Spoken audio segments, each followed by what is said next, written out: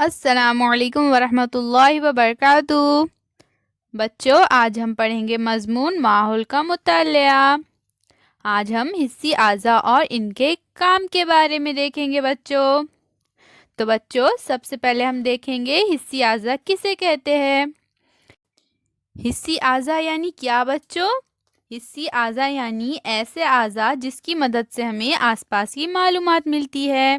حسی اعضاء یعنی آس پاس کی معلومات دینے والے اعضاء۔ حسی اعضاء کون کون سے ہیں بچوں؟ حسی اعضاء 5 ہے۔ آنکھ، کان، ناک، زبان اور جلد، یہ 5 حسی اعضاء ہے۔ تو بچوں، یہ کون سے حسی اعضاء کی تصویر ہے؟ یہ ہے آنکھ کی تصویر۔ آنکھوں کے ذریعے ہمیں چیزوں کی رنگ، شکل کا علم ہوتا ہے۔ چیز کتنی دور ہے اس کا بھی اندازہ ہمیں آنکھوں کے ذریعے ہوتا ہے۔ یہ کون سے حسی اعضاء کی تصویر ہے بچوں؟ یہ تصویر ہے کان کی۔ کان کے ذریعے ہم مختلف آوازیں سن سکتے ہیں، مثلاً کرخت آواز، میٹھی آواز، اس طرح کی آوازیں ہم کان کی مدد سے سن سکتے ہیں۔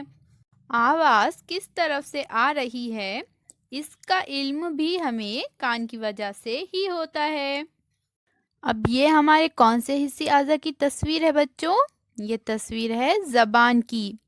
زبان کی وجہ سے ہمیں ذائقے کا علم ہوتا ہے، جیسا میٹھا ہے، کھٹا ہے، کڑوا ہے وغیرہ۔ کوئی بھی چیز میٹھی ہے، کڑوی ہے یا کھٹی ہے، اس کا علم بچوں ہمیں زبان کی مدد سے ہوتا ہے۔ اب یہ تصویر کون سے حسی اعضاء کی ہے بچوں؟ یہ تصویر ہے ناک کی۔ ہم ناک سے بو سونگھ سکتے ہیں، مثلاً جلی ہوئی بو، پھولوں کی خوشبو، اچھی یا خراب بو وغیرہ۔ ان ساری بو کو بچوں ہم ناک کی مدد سے سونگھ سکتے ہیں۔ اس کے علاوہ بچوں ناک کے ذریعے ہم سانس بھی لیتے ہیں۔ اب ہم بچوں جلد کے بارے میں معلومات حاصل کریں گے۔ تو بچوں، جلد کی وجہ سے ہمیں معلوم ہوتا ہے کہ کوئی چیز گرم ہے یا سرد۔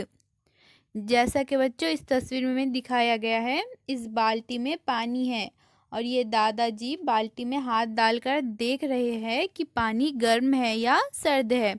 تو جلد کی مدد سے انہیں معلوم ہوگا کہ پانی گرم ہے یا سرد ہے۔ جلد کی مدد سے ہمیں یہ بھی معلوم ہوتا ہے کہ چیز کھردری ہے یا ملائم ہے۔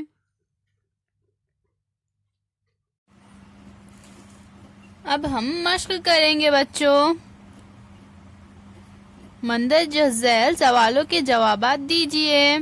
تو یہاں پر ہمیں کیا کرنا ہے بچوں؟ ان سوالوں کے جواب دینا ہے۔